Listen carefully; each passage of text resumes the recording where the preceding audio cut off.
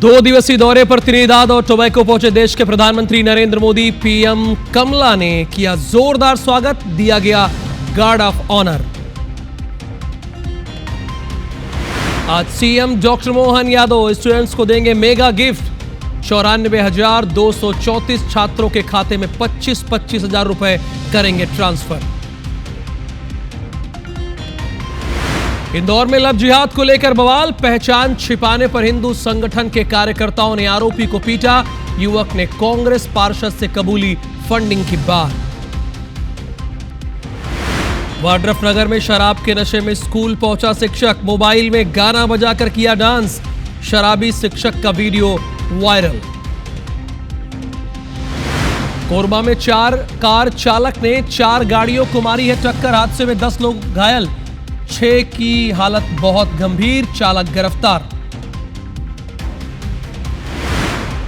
Airport authority of India ने जारी किया रैंकिंग, भोपाल, खजुराहो और उदयपुर एयरपोर्ट बने नंबर 1। देश के टॉप 10 में एमपी के 3 एयरपोर्ट।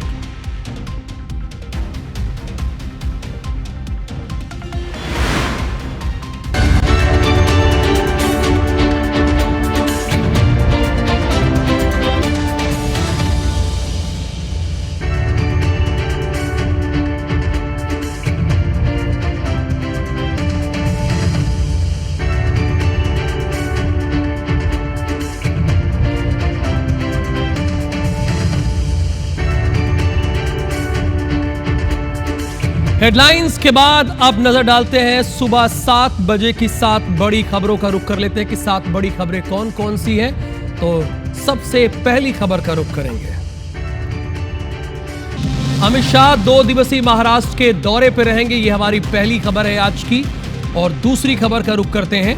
आपने बिहार में अकेले चुनाव लड़ने का ऐलान किया है, यानी आम आदमी पार्टी अकेले ही चुनाव लड़ेगी। अब आम आदमी पार्टी राष्ट्रीय पार्टी का दर्जा रखती है। नंबर 3 पर आते हैं। जम्मू कश्मीर के त्राल में 2 आतंकी मददगार गिरफ्तार हुए हैं, जिन्होंने आतंकियों की मदद की। चौथी खबर, अमरनाथ यात्रा के पहले दिन 12,348 श्रद्धालुओं ने दर्शन किए। 5वीं खबर, आरएसएस प्रांत प्रचारकों की आज से दिल्ली में बैठक है, ये अहम बैठक होगी। 6ठी खबर, पाकिस्तानी हॉकी टीम अगस्त में भारत दौरे पर आएगी।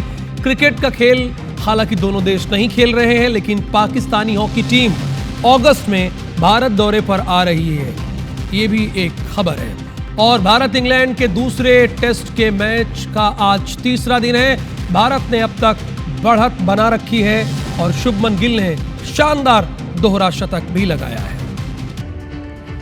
अब रुख करेंगे बड़ी खबरों का। भोपाल से पहली खबर है। दुकान के सामने गाड़ी खड़ी करने पर महिला से बदसलूकी हो गई, क्योंकि दुकान के सामने उसने गाड़ी खड़ी करी दी थी और इसके बाद महिला से बदसलूकी हुई। दुकान के सामने गाड़ी खड़ी करने को लेकर यह विवाद हुआ है।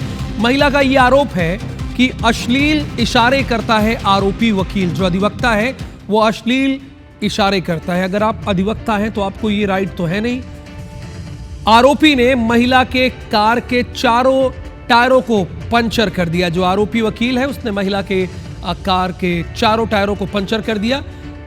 टायर से हवा निकालते हुए आरोपी का सीसीटीवी फुटेज भी वायरल हो रहा है, वो आप देख सकते हैं। स्क्रीन पर आपको हम दिखाएंगे भी। ये देखिए, ये महिला की कार है और ये वकील है, अधिवक्ता है, जो कार को पंचर कर रहा है। ये कैमरे में रिकॉर्ड हो गया पीछे। और उसके बाद देखिए ये आगे का फ्रंट का, और उसके बाद जाएगा ये बाकायदा ये पंचर कर रहा है। देखिए ये, और ये 3-4 यानी चारों टायरों को इसने पंचर किया है। और इसकी ये हरकत जो है सीसीटीवी कैमरे में रिकॉर्ड हो गई है। ये कमला नगर थाने में आरोपी वकील पर एफआईआर दर्ज भी हो गई है। कोटरा सुल्तानबाद की ये घटना है। महिला का चूंकि आरोप ये है कि वो अश्लील इशारे करता है। कौन? वकील जिसने टायर पंचर किया है। और यही वजह है कि इसके खिलाफ एफआईआर भी दर्ज हुई है। दुकान के सामने गाड़ी खड़ी करने पर महिला से बदसलूकी की गई, मिसबिहेव किया गया है। महिला उसके बाद आरोप लगाती है कि ये जो आरोपी वकील है ना, ये अश्लील इशारे करता है। और इसके बाद जब महिला ने ये बात कही तो आरोपी वक्त की फिराक में था कि कब उसे वक्त मिले और वो बदला ले। हालांकि ये तरीका बहुत ही गलत है। अगर आपको किसी से शिकायत है तो आप वकील हैं, आप कानून का सहारा ही लीजिए ना।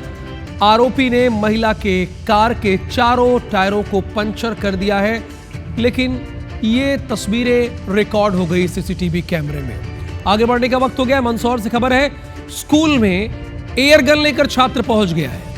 एयर गन लेकर, पता है क्यों पहुंचा ये स्कूल में? रील बनाते हुए इसका वीडियो वायरल हो गया है।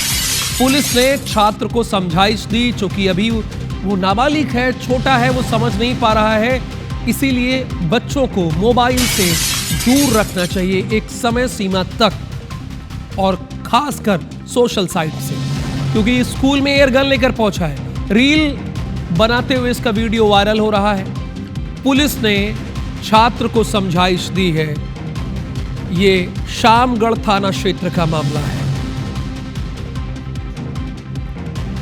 अब आपको वाड्रफ नगर की खबर से मैं अपडेट करना चाहूंगा। शराब के नशे में स्कूल पहुंच गया एक शिक्षक। शराब के नशे में स्कूल पहुंच गया। क्या इस तरह से पहुंचना चाहिए था? मोबाइल में गाना बजाकर इसने डांस किया है। एक तो शराब के नशे में, दूसरी बात मोबाइल में गाना बजाकर डांस किया। अगर इतना शौक है तो आप अपने घर में 10 बाई 12 के कमरे में खूब डांस कीजिए, खबर नहीं चलेगी, कोई मतलब नहीं है। आपकी व्यक्तिगत लाइफ क्या है, मतलब ही नहीं है। बट अगर स्कूल में आप ऐसा करेंगे, शराब के नशे में पहुंचेंगे, मोबाइल में गाना बजाकर डांस करवाएंगे, तो जाहिर सी बात है इस पर आपत्ति है। क्योंकि IBC 24 पत्रकारिता का सबसे खरा न्यूज चैनल है। देख रहे हैं ना, इन दिनों हमारा एक वीडियो वायरल हो रहा है, क्योंकि डंके की चोट पे हम पत्रकारिता करते हैं। और ये देखिए, ये आप साफ तौर पर देख सकते हैं, ये स्कूली शिक्षक है जो शराब के नशे में धुत है। ये अपने बच्चों के साथ, ये स्कूली बच्चे हैं, इनको भी डांस करवा रहा है। पढ़ाने लिखाने के बजाय ये अब स्कूल बता देता हूं, चूंकि जो शिक्षा अधिकारी होते हैं उनको तो पता ही नहीं होता है क्या हो रहा है उनके स्कूलों में। मैं उनको बता रहा हूं, वाड्रफ नगर के पशुपतिपुर में ये स्कूल है, वहां पे ये डांस कर रहा है, शराब के नशे में आया है। मैंने कहा बता दिया जाए, जो जिला शिक्षा अधिकारी होते हैं उनको भी ये जानकारी होनी चाहिए कि सरकारी स्कूल में टीचर कर क्या रहे हैं। खबर अब की आगे जो है मंदसौर से है। कछालिया गांव में सर कटी हुई डेड बॉडी मिली है। पुलिस और FSL की टीम मौके पर पहुंची है। परिजनों ने हत्या की आशंका जताई है। मामले में पुलिस जांच कर रही है। गरोड़ थाना क्षेत्र की यह घटना है। गरोड़ थाना क्षेत्र की यह घटना है। कछालिया गांव में सर कटी लाश मिली है। पुलिस और FSL की टीम मौके पर पहुंची है। परिजनों ने हत्या की आशंका जताई है। मामले में पुलिस इसकी जांच पड़ताल कर रही है। गरोड़ थाना क्षेत्र की यह घटना है।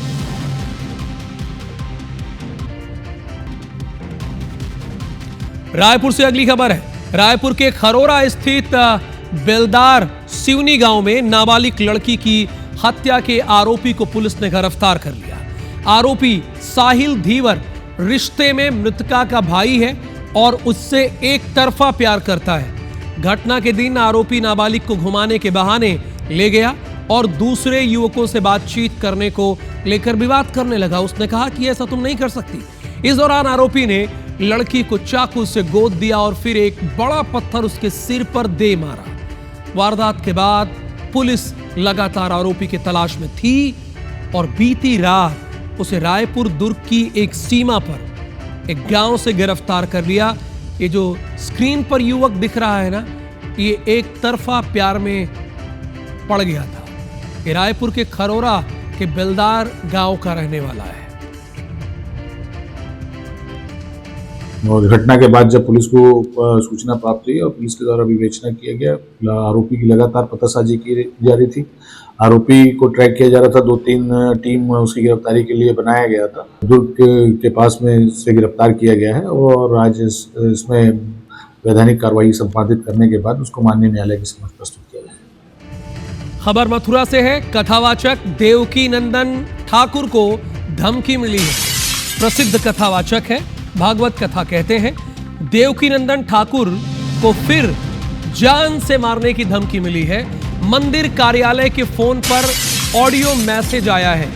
1 महीने में धमकी की ये दूसरी घटना है और इसकी जानकारी पुलिस को दे दी गई है।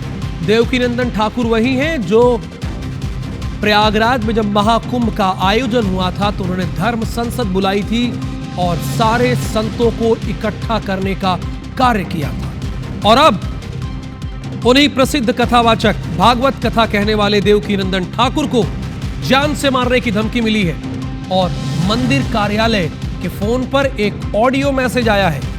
1 महीने पहले भी देवकीनंदन ठाकुर को इस तरह की धमकी मिली थी।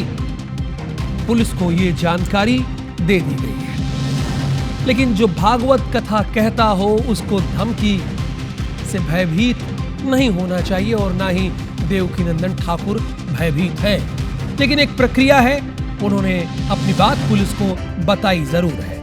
खबर छतरपुर से है, जहां बागेश्वर धाम में गुरुवार सुबह पंडाल का एक हिस्सा गिरने के बाद बड़ा हादसा हो गया।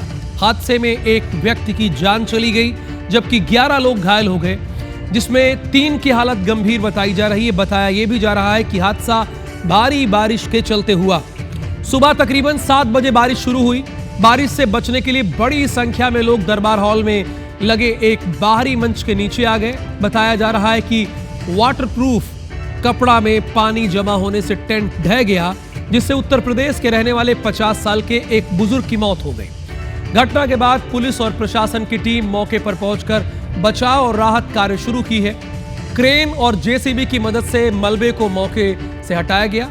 इधर पंडित धीरेन्द्र कृष्ण शास्त्री ने 4 जुलाई को अपना जन्मदिन नहीं मनाने का ऐलान सोशल मीडिया पर पोस्ट के माध्यम से कर दिया। लेकिन यही सक्रियता पंडित धीरेन्द्र कृष्ण शास्त्री को उस समय भी करनी चाहिए, चूंकि अभी विदेश दौरे से आए हैं। जब उनके श्रद्धालु, उनके भक्त इकट्ठा हो रहे थे छतरपुर में, तब उन्होंने इस तरह का खास इंतजाम क्यों नहीं किया? क्यों, किसकी लापरवाही से ये जान गई एक शख्स की मौत हुई और इसमें से पता है 3 लोग अभी गंभीर रूप से घायल हैं। ठीक है, आप सोशल मीडिया पर अपना जन्मदिन नहीं मना रहे हैं, कोई बात नहीं, लेकिन आप प्रसिद्ध कथावाचक हैं, प्रभु श्री राम की कथा कहते हैं, आपके लाखों श्रद्धालु हैं, तो जब वो आ रहे हैं तो उनके ठहरने का बेहतर इंतजाम होना ही चाहिए। नहीं गिर रहा था बहुत भयंकर, तो पांडाल लगा था दरबार हॉल के पास में गुरुजी के बैठने के लिए, तो उसमें मतलब टेंट में पानी भरा गए, तो वजन की वजह से पाइप टूट गए, गिर गए हैं सबके ऊपर। वजन कम से कम 50 लोग थे। 50 लोग। अभी तक हमारे पास 3 लोगों की एमएलसी हुई है, जिनमें से एक को मृतावस्था में लाया गया था, तो उसका पोस्टमार्टम हो गया है। बाकी एक मरीज भर्ती है, उसका भी सीटी स्कैन हो रहा है, वैसे उसकी कंडीशन भी ठीक है। और एक और मरीज जिसकी एमएलसी यहाँ हुई है, उसको सामान्य चोटें थी। तो एक पाइप गिरने से 4-5 लोग बारिश से बचने के लिए उसके नीचे बैठे हुए थे। पता लगा कि उनको बहुत ज़्यादा चोट लगी, तो शरीर नहीं रहा। इसलिए आज के और कल के जितने सांस्कृतिक कार्यक्रम हैं पूरे धाम पर और यहाँ पर, उन सब कार्यक्रमों को हम स्थगित कर रहे हैं। और करना भी चाहिए और उन परिवार के लोगों के साथ खड़े भी होना चाहिए, और इसमें कोई दो राय नहीं, धीरेन्द्र कृष्ण शास्त्री खड़े भी होंगे। महादेव बेटिंग ऐप मामले में एक्शन जारी है। जयपुर में ईडी ने एक होटल में कार्रवाई की है, जहां सौरभ आहूजा चोरी छिपे शादी कर रहा था। लेकिन जैसे ही आरोपी को ईडी के पहुंचने की भनक लगी, सौरभ 7 फेरे लेने के बाद से भाग गया, जिससे उसने 7 वचन निभाने का वादा किया। ईडी को देखकर वो भाग गया, फरार हो गया। भोपाल से सौरभ आहूजा की फैमिली महादेव बेटिंग ऐप के लिए काम करता है।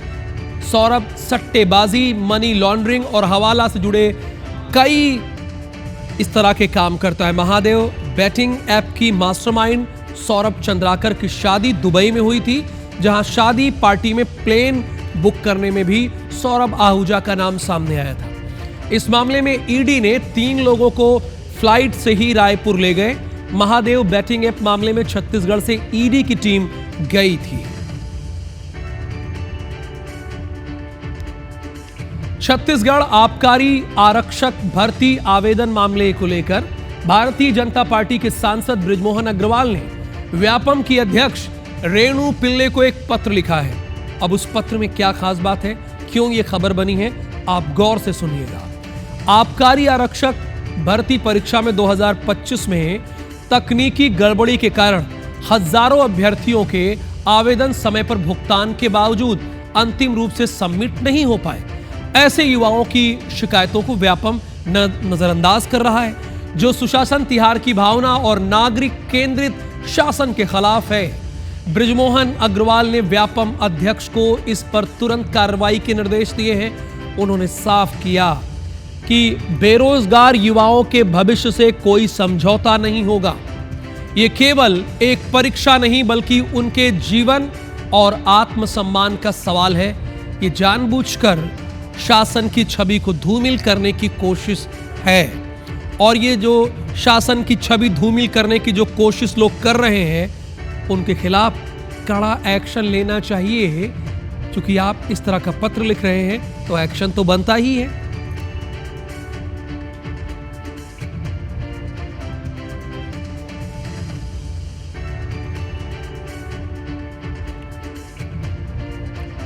देश के प्रधानमंत्री नरेंद्र मोदी 2 दिवसीय यात्रा पर त्रिनिदाद और टोबैगो पहुंचे हुए हैं। वो चूंकि ये दौरा बहुत ही इंपॉर्टेंट है, और इसमें आपको बता दें कि ये 8 दिनों का विदेश दौरा है देश के प्रधानमंत्री नरेंद्र मोदी का। पोर्ट ऑफ स्पेन पहुंचने पर उनका स्वागत हुआ। त्रिनिदाद टोबैगो के प्रधानमंत्री ने उनका स्वागत किया। त्रिनिदाद टोबैगो का पूरा कैबिनेट एयरपोर्ट पर पहुंचा था देश के प्रधानमंत्री नरेंद्र मोदी की अगवानी के लिए। पीएम ने भारतीय समुदाय के लोगों को यहां संबोधित किया। मोदी त्रिनिदाद टोबैगो के राष्ट्रपति और प्रधानमंत्री के साथ द्विपक्षीय वार्ता करेंगे। और ये देश के प्रधानमंत्री नरेंद्र मोदी का कैसे यहां पर स्वागत किया गया है, देखिए पूरी कैबिनेट वहां पर पहुंच गई, और इसके साथ जो भारतीय मूल के नागरिक है, वहां जॉब करते हैं, नौकरी करते हैं, वो लोग भी यहां पर पहुंचे हुए हैं प्रधानमंत्री नरेंद्र मोदी से मिलने के लिए। ये देखिए उनका स्वागत किया गया। ये सभी लोग यहां पर पहुंचे, पूरी कैबिनेट यहां पर पहुंच गई। त्रिनिदाद और टोबैगो में 8 दिवसीय यात्रा पर है प्रधानमंत्री नरेंद्र मोदी, और ये इनका भव्य स्वागत किया गया है। ये टोबैगो के प्रधानमंत्री ने उनका स्वागत किया है, और आज द्विपक्षीय वार्ता होगी। सीधे देश के प्रधानमंत्री मोदी होंगे और वहां के प्रधानमंत्री और राष्ट्रपति होंगे। यहां पर देखिए भारतीय संस्कृति परंपरा की झलक भी देखने को मिली है।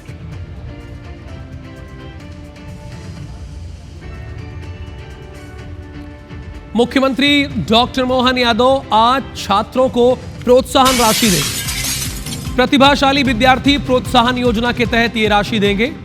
94,234 छात्रों के खाते में आज 25,000 रुपए आएंगे। ओवरऑल इसकी संख्या कितनी हो जाएगी अगर काउंट करेंगे? 235 करोड़ रुपए से ज्यादा आज ट्रांसफर किया जाएगा 94,234 छात्रों के खाते में। लेकिन इसमें प्रत्येक विद्यार्थी को लैपटॉप के लिए मिलेंगे 25,000 रुपए, यानी वो लैपटॉप अपनी मर्जी से खरीद सकेंगे। 500 से अधिक विद्यार्थी और शिक्षक प्रत्यक्ष रूप से इसमें शामिल होंगे, यानी 500 जो शिक्षक या विद्यार्थी होंगे उनको डॉक्टर मोहन यादव स्वयं ये प्रोत्साहन राशि देंगे। 25,000 की जो राशि है, 500 लोगों का इसमें चयन किया गया है।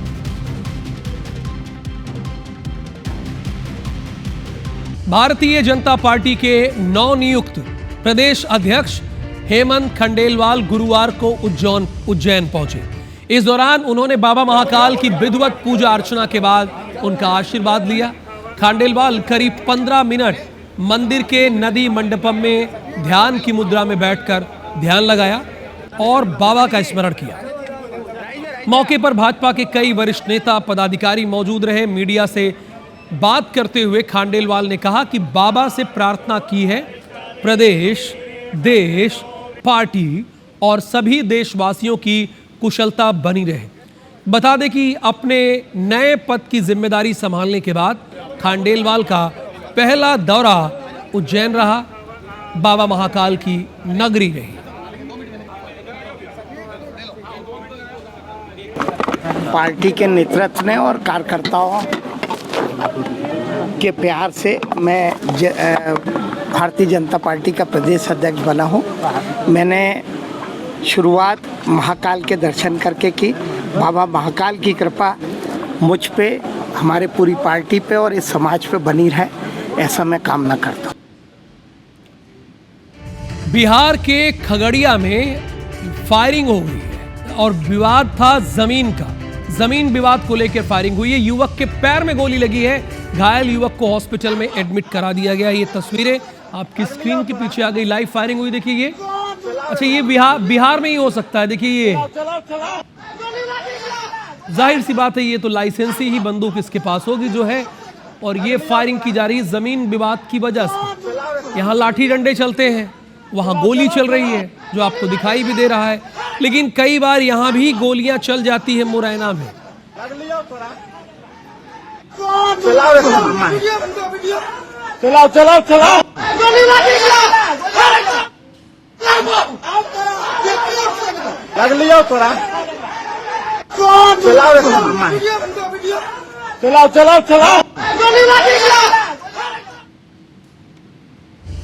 और अब खेल जगत से खबर। बर्मिंघम टेस्ट का दूसरा दिन पूरी तरह से भारत के नाम रहा। भारत के लिए दूसरे दिन शुभमन गिल ने दोहरा शतक लगाया और दूसरा दिन भी हमारे लिए शुभ ही रहा। उन्होंने 269 रन की शानदार पारी खेली। गिल ने इस पारी में रविंद्र जडेजा के साथ 6वें विकेट के लिए 203 और वाशिंगटन सुंदर के साथ 7वें विकेट के लिए सेंचुरी पार्टनरशिप भी की। टीम ने ओवरऑल जो हमारा स्कोर है, यानी भारत का स्कोर है, वो 587 रन है। फिर दिन का खेल खत्म होने तक हमने बहुत ही अच्छी गेंदबाजी की। हालांकि जसप्रीत बुमराह 7 दिन के बाद, रेस्ट के बाद उनको इस टेस्ट में नहीं खिलाया गया, ये समझ से परे है, लेकिन जसप्रीत बुमराह की कमी आकाशदीप ने खलने नहीं दी। उन्होंने शानदार 2 विकेट लिए और हालांकि इंग्लैंड के 3 विकेट गिर गए हैं। होम टीम अब भी पहली पारी में 510 रन से पीछे है। जो रूट और हैरी ब्रूक आज इंग्लैंड की पारी आगे बढ़ाएंगे। भारत के लिए आकाशदीप 2 और मोहम्मद सिराज ने 1 विकेट लिया है। और सोचिए 7 दिन के गैप के बाद भी बुमराह नहीं खेले और आपने देखा कि आईपीएल के उन्होंने सारे मैच खेले। ऐसा दर्शक लगातार कह रहे हैं, जो हमारे दर्शक हैं। मध्य प्रदेश में लगातार बारिश से नदी और नाले उफान पर है। निचले इलाकों में जलभराव की स्थिति देखने को मिली है। हम आपको मंडला की 2 तस्वीरें दिखाएंगे, स्क्रीन पर आ गई है। पहली तस्वीर जो है वो बिछिया थाने की है। ये बिछिया थाना क्षेत्र के भवान और मेढ़ाताल गांव की है, जहां नदी नालों का पानी घरों में घुस गया है।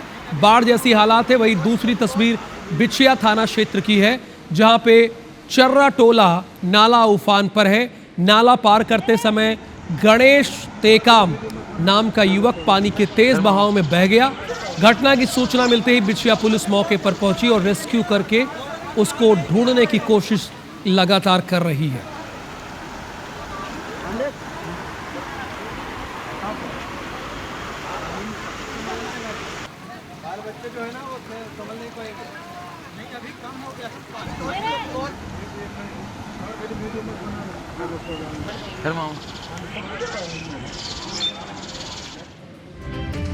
मेगा मॉर्निंग के इस बुलेटिन में फिलहाल के लिए इतना ही, लेकिन आगे शमर तंबोली आपको दनादन 10 खबरों और हमर बानी हमर गोट की खबरों से अपडेट करेंगे।